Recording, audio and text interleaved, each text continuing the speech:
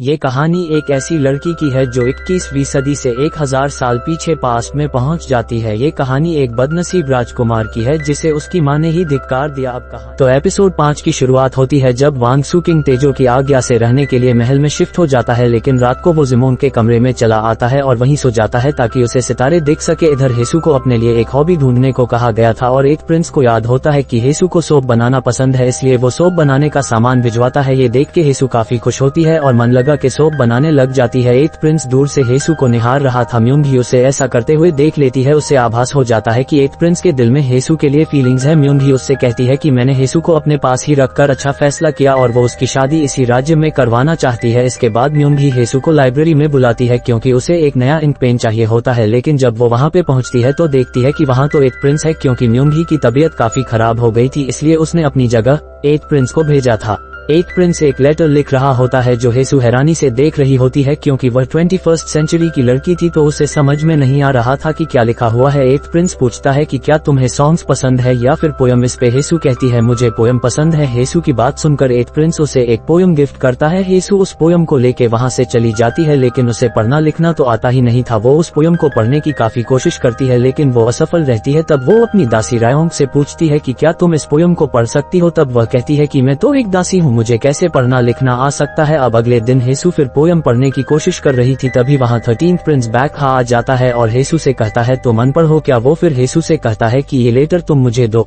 मैं तुम्हें पढ़ के सुनाता हूँ। और वो इस पोयम का मतलब हेसू को बताने वाला होता है। तभी वह म्यूंग ही आ जाती है और वो बात बदल देती है। हेसू के वहाँ से जाने के बाद 13th प्रिंस म्यूंग ही से कहता है कि तुम्हें पता भी है उस पोयम का मतलब क्या है। 8th प्रिंस ने उसे ये पोयम क्यों दी है। म्यूंग ही अनजान बनते हुए कहती है कि ये बस साधारण पोयम है। तब 13th प्रिंस कहता है तुम अनजान बनने की कोशिश मत करो, तुम्हें भी पता है कि ये पोयम एक प्रेमिका को दिया जाता है। शायद 8th प्रिंस हेसू से प्यार करने लगा है और तुम सब कुछ जानते हुए भी चुप हो। अगर मुझे पता होता कि 8th प्रिंस तुम्हारे साथ ऐसा करेगा तो मैं कभी भी उसकी शादी तुमसे नहीं होने देता। जिस पर म्यूंग ही उसे आगे कुछ कहने से रोक देती है और बात को वहीं दबा देती है।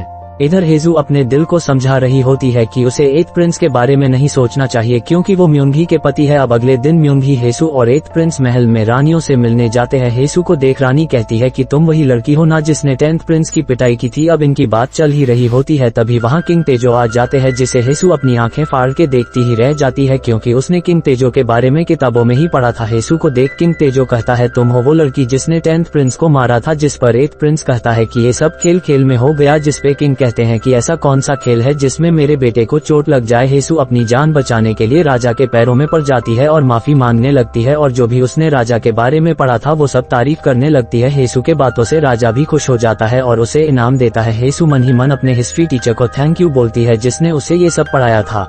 इसके बाद हेसू महल में वॉशरूम ढूंढ रही होती है, तभी रास्ते में वांग सू उसे रोक लेता है। महल में आकर वांग सू के कपड़े पहनने का तरीका बिल्कुल बदल ही गया था, जिसे देख वो कहती है कि तुम तो बिल्कुल राजकुमार लग रहे हो। इस पर वो कहता है कि मैं हमेशा से राजकुमार था। फिर वो उससे कहता है कि तुम यहाँ क्या कर रही हो, कहीं तुम फिर से राजकुमारों को नहाते हुए देखने तो नहीं आई हो। हेसू फिर चिढ़ते हुए कहती है कि मैं तो रानी से मिलने आई थी। वो कहती है तुम मेरी छोड़ो, अपना हाल बताओ। वांग सू कहता है मैं तो यहाँ काफी खुश हूँ। तभी हेसू रानी को उसकी तरफ ही आते हुए देख लेती है, इसलिए वो दीवार के पीछे छिप जाती है। रानी वांग सू से कहती है तुम्हें क्या लगता है तुम अगर शाही कपड़े पहन लोगे तो तुम राजकुमार बन जाओगे, तुम किसी काम के नहीं हो, तुम सिर्फ लोगों की जान लेने वाले जानवर हो। ये सब हेसू दीवार के पीछे से सुन लेती है और वहाँ से चली जाती है और मन ही मन सोचती है कि ये कैसी माँ है जो अपने बेटे के साथ ऐसा बर्ताव करती है।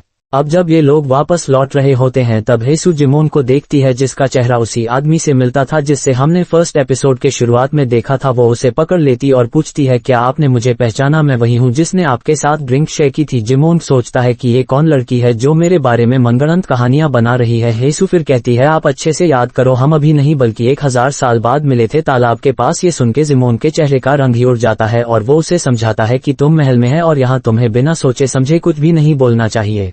इसके बाद हेसू बर्फ में चल रही होती हैं। हेसू बर्फ में 8th प्रिंस के पैरों के निशान के ऊपर चल रही थी। 8th प्रिंस भी इस चीज को नोटिस कर लेता है और वो भी मजे के लिए जानबूझ के बड़े बड़े कदम लेना शुरू कर देता है, जिसकी वजह से हेसू बर्फ में गिरने ही वाली होती है। लेकिन 8th प्रिंस उसे पकड़ लेता है। वो उससे पूछता है कि क्या तुम जिमोन को जानती हो, जिसपे हेसू बहाना कर देती है कि शायद उसे गलतफहमी हो गई थी और वो जिमोन को नहीं जानती। 8th प्रिंस फिर पूछता है कि तुम्हें मेरी कविता कैसी लगी जो मैंने तुम्हें दी थी। वो कह देती है कि मुझे कविता काफी अच्छी लगी। तब 8th प्रिंस कहता है कि कि अगर तुम्हें कविता इतनी अच्छी लगी है तो तुम्हें इसके जवाब में मुझे भी एक कविता लिखकर क्यों नहीं देती। हेसु पोयम देने के लिए हाँ कह देती है, लेकिन मन ही मन सोचती है कि मैं पोयम कैसे लिखूंगी, मुझे तो पढ़ना लिखना भी नहीं आता। हेसु को तो यहाँ की भाषा लिखनी आती ही नहीं थी, लेकिन फिर भी वो पोयम लिखने की काफी कोशिश करती है और 8th प्रिंस के लिए कुछ लिखती है और उस पोयम को उनकी लाइब्रेरी में रखने जाती है। लेकिन तभी वहाँ पर सारे राजकुमार आ जाते हैं। 10th प्रिंस हेसु को देख के काफी ज्यादा खुश हो जाता है और उसके पास जाके पूछता है क्या तुम मुझसे मिलने आई थी।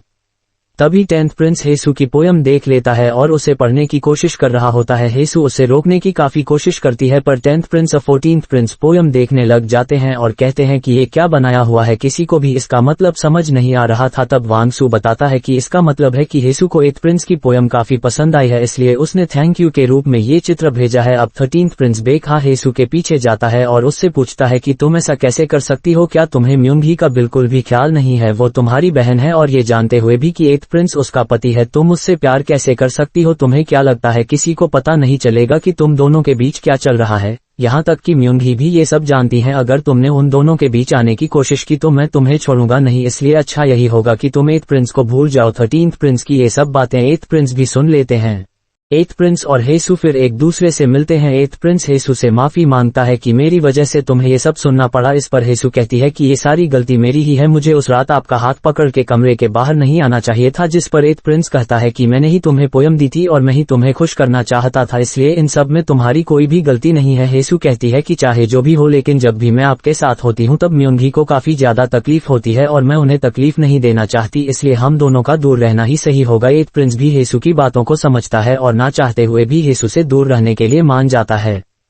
इसके बाद हेसु म्योंगी के पास जाती है जिसकी तबीयत काफी ज्यादा खराब हो रखी थी। म्योंगी फिर हेसु से पूछती है कि उसके दिल में 8th प्रिंस की क्या जगह है। हेसु इस सवाल का कोई जवाब नहीं दे पाती। म्योंगी फिर हेसु को आखिरी बार उसे तैयार करने को कहती है, क्योंकि वो चाहती थी कि 8th प्रिंस को आखिरी याद के तौर पर उसका सुंदर चेहरा हमेशा याद रहे। हेसु अपने दिल पे पत्थर रखकर म्योंगी का मेकअप कर रही होती है। वो दोनों ही बहुत भावुक हो चुके थे, जिससे हम ये समझ सकते हैं कि वो दोनों एक दूसरे से कितना प्यार करती हैं। म्योंगी कहती है कि 8th प्रिंस की जिंदगी में काफी परेशानियां हैं, इसलिए मैं चाहती हूँ कि तुम उनके लिए एक पिलो बनाओ ताकि वो चैन की नींद सो सके। इसके बाद हेसु 8th प्रिंस को बुलाने जाती है, क्योंकि म्योंगी की तबीयत काफी ज्यादा खराब होती जा रही थी और वो अपने आखिरी लम्हों में 8th प्रिंस के साथ रहना चाहती थी। 8th प्रिंस और म्योंगी फिर एक साथ चल रहे होते हैं। हेसु भी उनके पीछे पीछे ही चल रही थी। म्योंगी फिर 8th प्रिंस से कहती है कि तुम्हें वो दिन याद जब मैंने तुम्हें पहली बार देखा था? मुझे पता था कि तुम मुझसे शादी नहीं करना चाहते, लेकिन मैंने फिर भी तुमसे जबरदस्ती शादी की थी। तुम एक ऐसे राजकुमार थे जिसे महल से निकाल दिया गया था और मैं अपने हाथों से तुम्हें तुम्हारा अधिकार दिलाना चाहती थी। दरअसल बात कुछ ये थी कि 8th प्रिंस को महल से बाहर निकाल दिया गया था और म्योंगी का परिवार काफी ज्यादा प्रभावशाली था, इसलिए म्योंगी से शादी करने के बाद 8th प्रिंस को काफी फायदा हुआ था। म्योंगी आगे कहती है कि मेरे जाने के बाद हेसु का ख्याल रखना, उसका मतलब था कि वो अपनी फीलिंग्स को और ना दबाए। अब म्योंगी चलने की हालत में नहीं थी तो 8th प्रिंस उसे अपनी पीठ पर बिठाकर आगे चलने लगता है। वो कहता है, तुमने कहा था कि मैं तुमसे कभी प्यार नहीं कर पाया, पर ये बात सच नहीं है। वो कुछ कहता उससे पहले ही म्योंगी उसे रोक देती है और कहती है कि मैं बहुत खुशनसीब हूँ जो तुमसे मिल पाए और तुम्हें प्यार कर पाई, चाहे वो प्यार एक तरफा क्यों ना हो। इसके बाद म्योंगी वहीं दम तोड़ देती है। हेसु भी समझ जाती है कि म्योंगी अब नहीं रही और रोने लग जाती है, लेकिन 8th प्रिंस सब जानते हुए भी भारी मन से हेसु को कहता है कि वो शोर ना करे, नहीं तो म्योंगी की नींद खुल जाएगी। और वो वैसे ही म्योंगी को पीठ पर बिठाकर चलता रहता है और यहीं पर एपिसोड 5 खत्म हो जाता है। अब यहाँ से हमारी कहानी एक अलग ही मोड़ लेने वाली है, इसलिए अगर आपको ये वीडियो अच्छी लगी तो एक लाइक करें, साथ ही चैनल को सब्सक्राइब करना ना भूले। मिलते हैं आपसे नेक्स्ट एपिसोड में, तब तक के लिए अपना ख्याल रखें। धन्यवाद।